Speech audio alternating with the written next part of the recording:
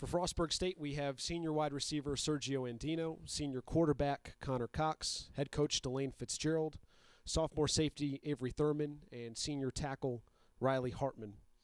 Coach, can we start with your opening statement? You got to give a lot of credit to Johns Hopkins and the way they come in here and ignored the weather and executed their offensive game plan.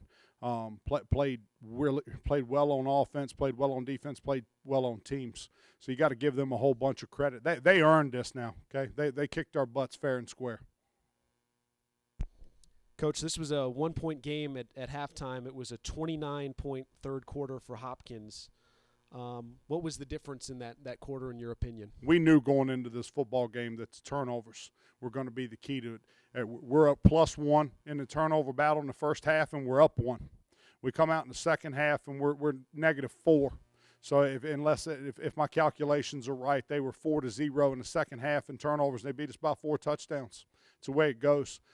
We also knew that special teams was going to be the key, and we were never able to gain an advantage on them on teams today. Hopkins was able to rush for 400 yards today. Were you surprised by how effective they were in running the football? Extremely surprised by it. We got exposed the last 3 weeks on defense a little bit, and we gave up a bunch of rushing yards to Salisbury 3 weeks ago, and then we gave up a bunch of rushing and passing yards the last 2 weeks to Western New England and Johns Hopkins. And obviously, it's 3 good football teams that I'm mentioning. But, yeah, you can't give up as many yards rushing as we did today. Coach, was there any effort in terms of managing the weather, especially early in this game? No, the weather was no factor in this football game. Can we go over to Sergio to begin? Sergio, you've been hurt a little bit this year. Your 2 best games were last week and then this week, 7 for 124 yards. What worked for you out there this week? I'm just having great teammates on my side, working together, getting me open, getting them open, and making plays. I don't really know what else to say. I mean, I have great teammates next to me to look out for me and have fought with me to come back without the injury. I would have had a great season, but things happen and fight through adversity. Here I am. You had quite a few contested catches on 3rd downs, 4th downs. When the team really needed to play, you were there. What's your chemistry like with Connor, especially in terms of broken plays or in big spots like on 3rd down? Well, through high school, he used to play in my county, and I used to watch his YouTube highlights and see that he was a mobile quarterback, and he made plays by his feet and his arms. So, I mean, now being his roommate for now 2 years, he's an incredible player, and just know that we just have chemistry coming in from last year, having a great season now, and coming in this year, just chemistry builds year by year.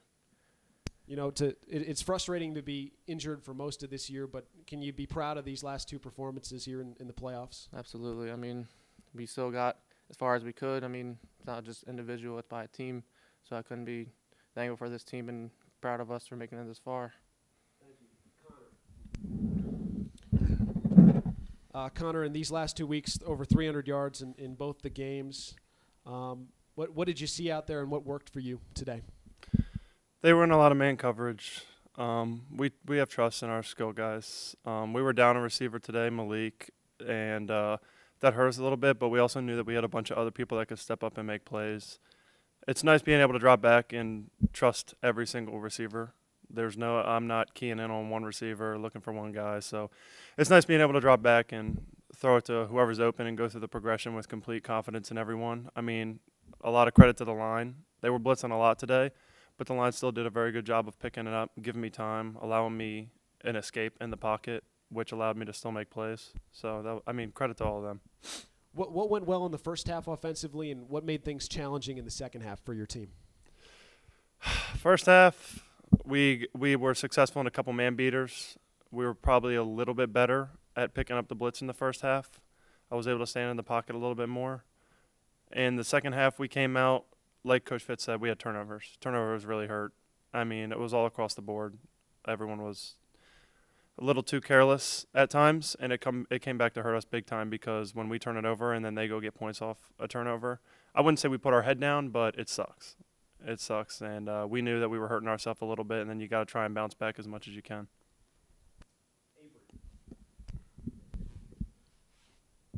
For Avery, We knew that Hopkins had the #1 total offense in the country. What was your preparation like for their team, and were you surprised at all by what they were able to accomplish? We just tried to disguise as much because, they had a good quarterback, and I guess they just took advantage of some of the coverages we were in. They were calling out like cover 1, cover 5, and I guess we just didn't execute today. In terms of the guys that you saw from Hopkins at the skill positions, were they as good as you've seen all season? They were up there with some of the best receivers we played this season, so yeah, they had some good receivers. Defensively, what do you think you did well in the first half, and what was really challenging for your team in the second half? The first half, we really, to tell you the truth, we started off slow. We weren't getting the calls out. We weren't communicating. In the second half, it showed we still weren't communicating as well. And we just played slow coming out the second half, and it showed. Now for Riley, your claim to fame is being the winningest starter in Frostburg football history. To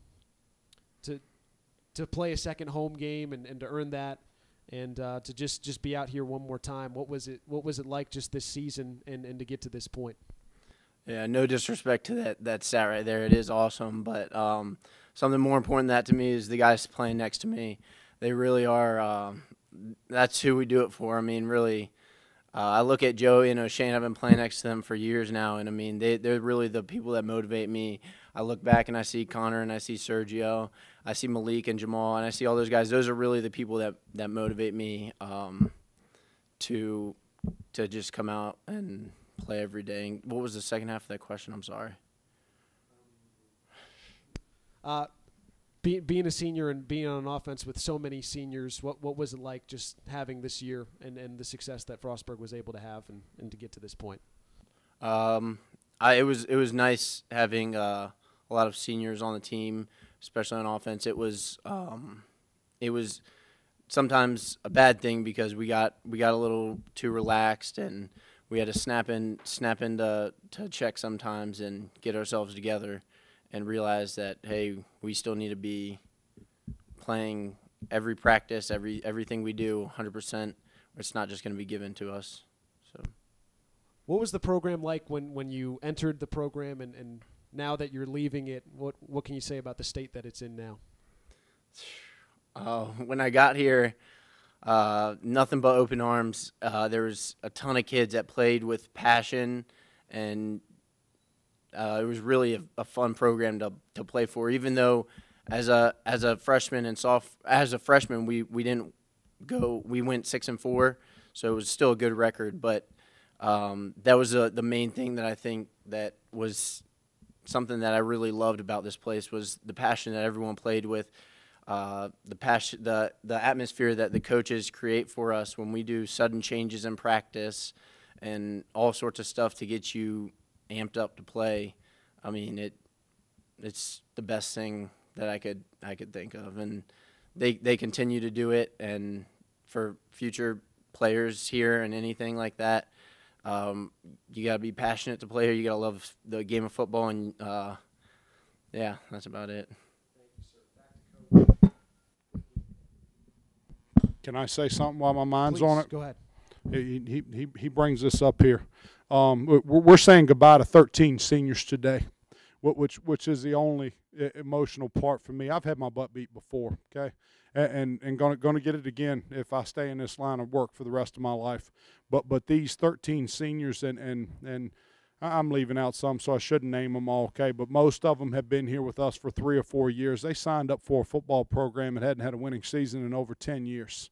And come in here, and for these 13 young men to leave as the winningest group of seniors in school history is a true testament to how far we've come as a university and as a football program, and how far these young men have come. I am going to miss them.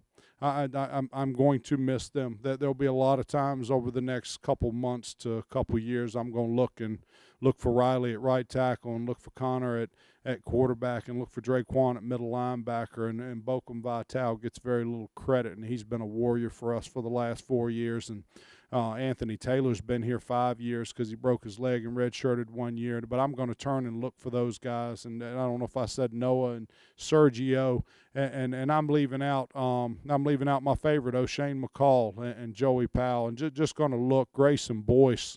Jamal Morant. Going to look at Daniel Izagu. I'm going to look for them, and they're not going to be there, and I'm going to miss them. And it's not politically correct for a 42-year-old male to say he's going to miss a bunch of guys, but them 13 young men have endeared themselves to me, and I will always love them. Thanks, guys.